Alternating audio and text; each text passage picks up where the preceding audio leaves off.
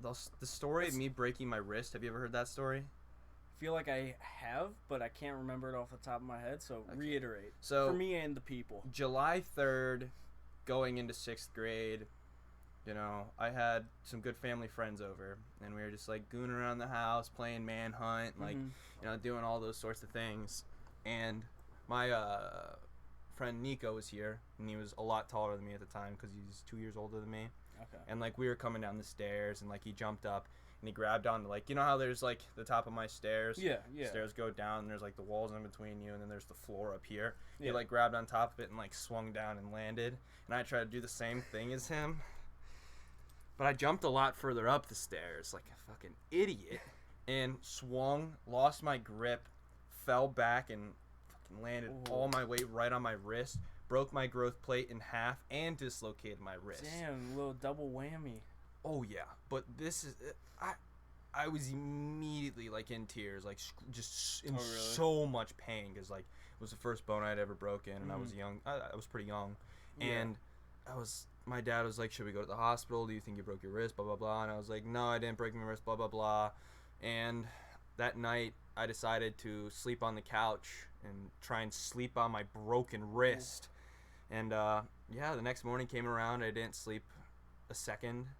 And then my dad's like, so you want to go to the hospital now? And I was like, yeah. Yeah, probably a good idea. On the way to the hospital, we stopped, got myself some chocolate donuts. Those little ones at, like, a gas station. Yeah. And then when I get there, it's, like, July 4th. So, like, people are already coming in with probably the fucking hands blown up from fireworks and burns and, like, all these crazy things. And I'm just sitting there with my dad holding my wrist. So we go in, just chilling there, explaining to him what happened. And then they pull in this x-ray, like, portable x-ray machine. Yeah. First they sent me to take x-rays in, like, the x-ray room, and then after that they had to take me back to the, like, it wasn't the emergency room, but to the room where they were gonna do some work. They had to bring a portable x-ray machine in there because, like I said before, I had broken my growth plate in half and dislocated it. That's crazy. So what they had to do is they had to knock me out. So they put me under. Put you under for it. They had to put me under because they had to jar my wrist around a bunch and then scan it with the x-ray to see if they had relocated it. And so it's just trial and error? Yeah. So they put me under, and my dad was telling me how, like, he says that he doesn't think anyone could have endured whatever they did to me conscious because they were fumbling around with a dislocated, broken wrist, trying to get it back into place. And I remember, like, when they first gave me the anesthesia, they said, all right, count down back from 100. So I started going. I got down to 47. You're just out? Dude, but the thing is, it's supposed to knock you out in, like, 7 seconds. And I wasn't even, like, going quickly counting down, like, towards, like, the last, like, you were taking 30 seconds. Like, I was, like, taking breaths, like, getting more tired. So they'd given me enough to knock me out, but I wasn't entirely unconscious. Oh, really? I was just basically, like, had my eyes closed, couldn't move at all. Kind of like a sleep paralysis? I couldn't feel what they were doing to my wrist, but I could feel them, like, shaking my entire body. So you could feel, like, the movement, but not the pain almost. And I remember I like, slightly woke up. Thanks, Leopopoulos, for the follow. But, how are you doing? That's good. Hey, continue. And I remember waking up, like, the tiniest bit, waking up mid-procedure where they're relocating my wrist and broken bone, and just, like, thinking there was this pink alien standing above me, shaking me, because the nurse was sitting there, like, literally holding my shoulders down because, like, they were jarring me the fuck around. But then I woke up entirely, and I was just sitting in the room. They're like, my dad was trying to get me to leave because I'd been in the hospital for a considerable amount of time. And I just remember I was sitting there in this fucking hospital bed, and I tried to stand up. They just fucking blew chunks. I spewed all over the place, and I lost those donuts. And ever since that day, I can never eat those little chocolate donuts again. Dude, that's one of my biggest fears. Like, I've been under anesthesia twice. One for when I got my Wisdom teeth. Wisdom teeth. I couldn't think. One when I got my wisdom teeth out, and the other time when I broke my shoulder. That was always a fear of mine, like waking up in the middle and just like being able to see what's going on and stuff. Because I'm trying to think the first time I broke a bone. Like that's not a bad way. That's not a bad like first bone to break. Like your wrist is kind of a yeah. Like it's not the most painful bone to break. It's kind of common too and stuff. Exactly. I think the first bone I ever broke, like where I kind of had to go to the doctor for. I broke like I had a hairline fracture in my heel. That was kind of a casual thing, but the first bone I ever broke was when I broke my shoulder into 2 pieces. So I've told you this story, I think right? you have, but like just breaking your shoulder. It's one of my favorite stories to tell. Okay, hit it. So this was junior year of high school. I played soccer in high school, so we would always do team dinners. We'd go over each other's houses, have dinner together as a team or whatever, team bonding and stuff. Yeah. So this was junior year, and we were over this senior's house, Cole. So we were all hanging out. We had dinner. We were doing our thing or whatever. And we have a tradition. Well, we had a tradition. We would do freshman fights. So after we all had dinner, we were hanging out and start getting a little dark. We would all like get in the back and kind of like form a big circle and do like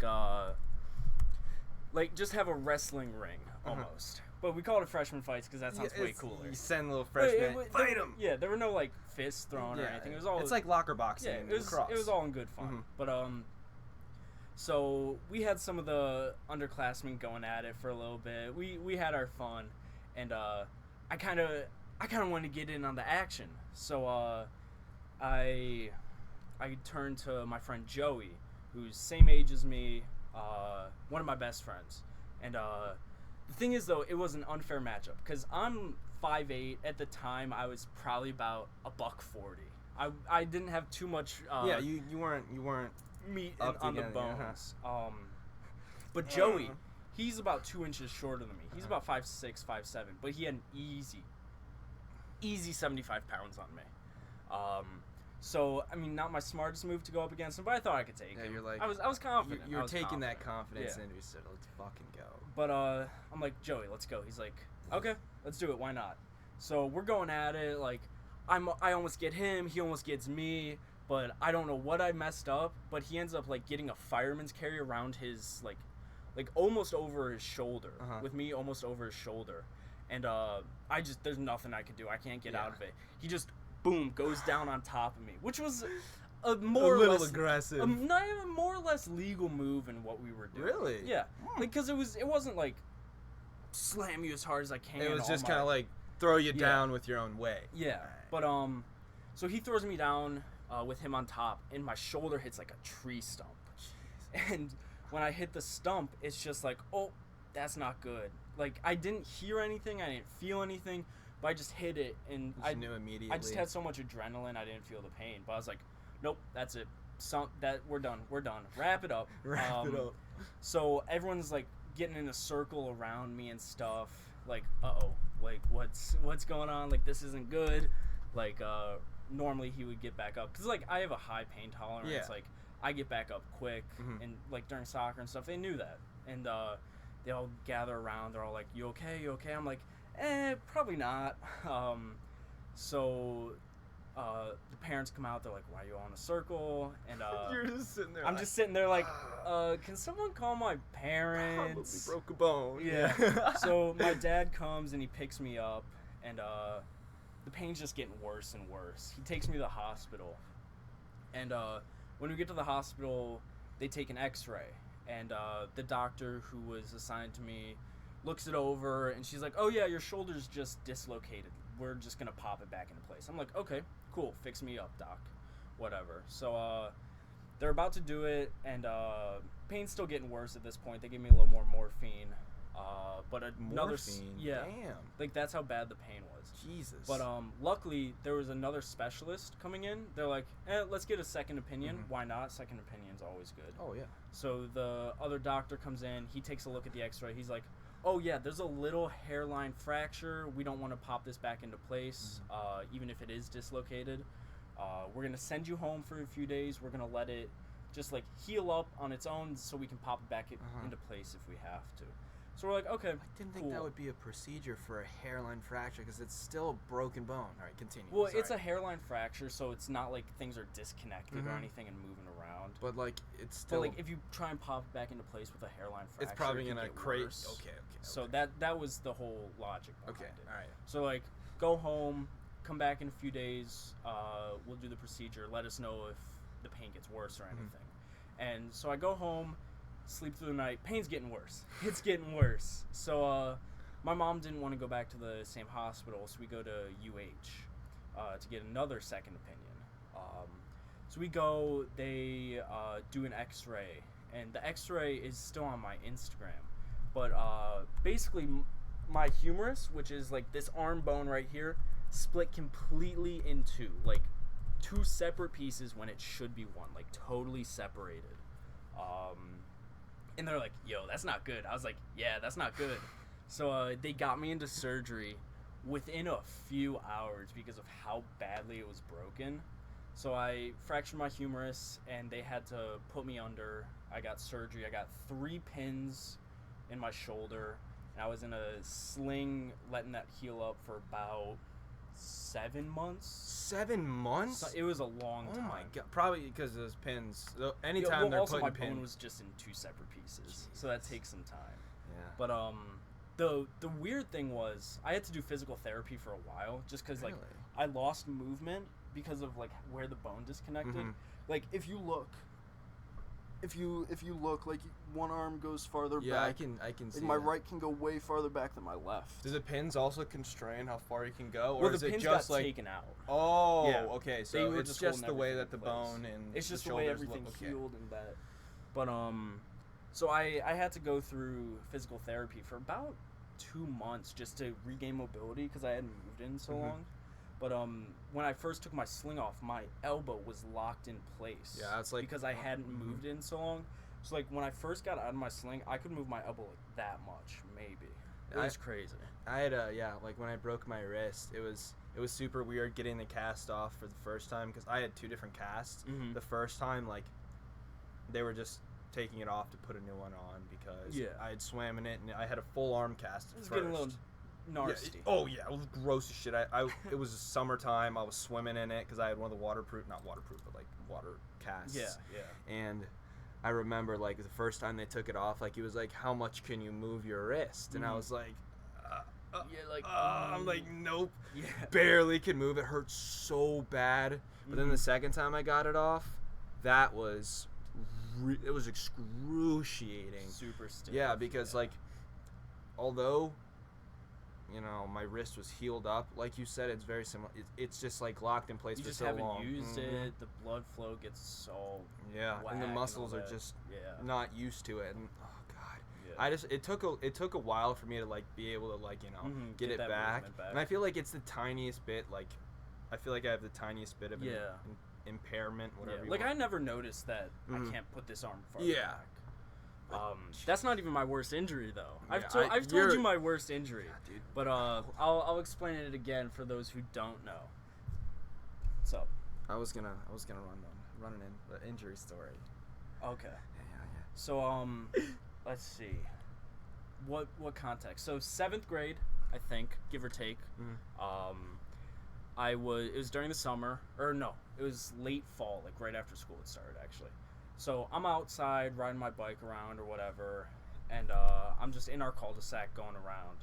And my mom and my neighbor are talking at the corner house of our cul-de-sac where my neighbor lives. They're just talking or whatever, and my mom yells over to me, and she's like, "Hey, can you go pick up Colin, who's my youngest brother, from his friend's house, which is maybe 20 houses down, pretty close." A bike ride away. Yeah, a bike, like a quick 3-minute bike ride away. So I'm like, yeah, sure, not a problem. So I'm riding my bike down the street, going to pick him up, popping some wheelies, looking cool as hell. You know how on I the do. Duffy. Yeah. I'm looking dope, popping some wheelies. I get to my brother's friend's house. And I'm like, "Hey, Colin, it's time to come home." And he's like, "Okay, yeah, I'll be like right behind you or whatever." So I'm riding back down the street, back to my house, and popping some more wheelies. Still looking fly as hell, coolest kid in the neighborhood. And I'm maybe 3 houses away from getting to the entrance of our cul-de-sac, and the front tire of my bike falls off. And since it was the front tire, I go head first over. I break my fall with my forehead. I break my fall with my forehead, and I black out. I don't actually remember going over. And thank God my mom was out there talking with my neighbor, because she just heard my blood-curdling scream. They both run over, and I'm in the street still at this point. So they have me crawl over to the grass on the sidewalk. They call an ambulance. So long story short, I ended up biting a huge chunk out of my lip. I had a mild to severe concussion. I fractured both of the orbitals, which are right behind your eye. I also was wearing my glasses, but if I wasn't, I would have lost partial or all vision in one of my eyes, because when I got my glasses back a day or two later in the hospital, there's a massive scratch covering the entire left lens. And then to top it all off, I had an air bubble in my brain. God. So for those who don't know, an air bubble in your brain, not supposed to be there. No bueno. Good. So if that would have moved even in like the slightest bit, instant death. Bam. Instantly would have killed me. No ride guy. Yeah, just instant. So I was in the hospital for about a week or so, and then I was out of school for another 3 months or so, and then for the next year, head migraines back and like just on and off for a year. That was my worst injury. Because I don't get hurt a lot, but when you get hurt, it's go big or go home, baby. Yeah, no. I think the most recent serious injury I got, like real serious, was when I was, I had the bright idea, and I decided, holding onto a car, going up a hill whilst riding a longboard, I was like, fucking bet, let's do it. This is going to be a great time. Oh, God. So I'm, holding on to the car. We're going up probably about, 25, 30 miles per hour. And, I had just started longboarding more seriously. Yeah. I'd sat in the car the 2 other times we went up to the top of the hill. And then I was like, I'm confident enough to do this. So I'm sitting there on the passenger, the back passenger, I'm holding on to the spoiler of this car. We're going up, and about, probably 45 to a minute before we were at the top of the hill, I hit this huge rock right on my front right wheel, and it just wobbled straight down. You can do about it. So I got the wobbles. My board flew out, planted my right foot, went straight to my knee, then to my back, and then slammed my head on the ground. Just one after another combo. So bad. I gouged my knee, and to this day, there's just a chunk of skin missing, right here. I had rocks stuck in my arm, and my helmet was all scraped up. And I just remember pretty much not running it out, but I tumbled, and after I hit, I rolled once, and then kind of got up and ran it out, and I looked at my fucking arm, and it was just in shock and just shaking, because usually, when you fall on a longboard, you're just going to get scraped. You're not going to, have little bits of rock stuck in your skin. And I was sitting there oh my God. I, pulled them out, and then, oh my God. It was just horrible. And I just remember seeing this little girl that we rode past up on the way there. And then as I rode back down, she just saw me all torn up, and her parents grabbed her and, took her away. It was. I wish I had the picture of it still, but I don't think I ever saved it to my phone, and I think my friend John might have it saved somewhere. But that was my worst injury recently, and that was junior year of high school. Yeah. No, my worst, most recent would be my shoulder.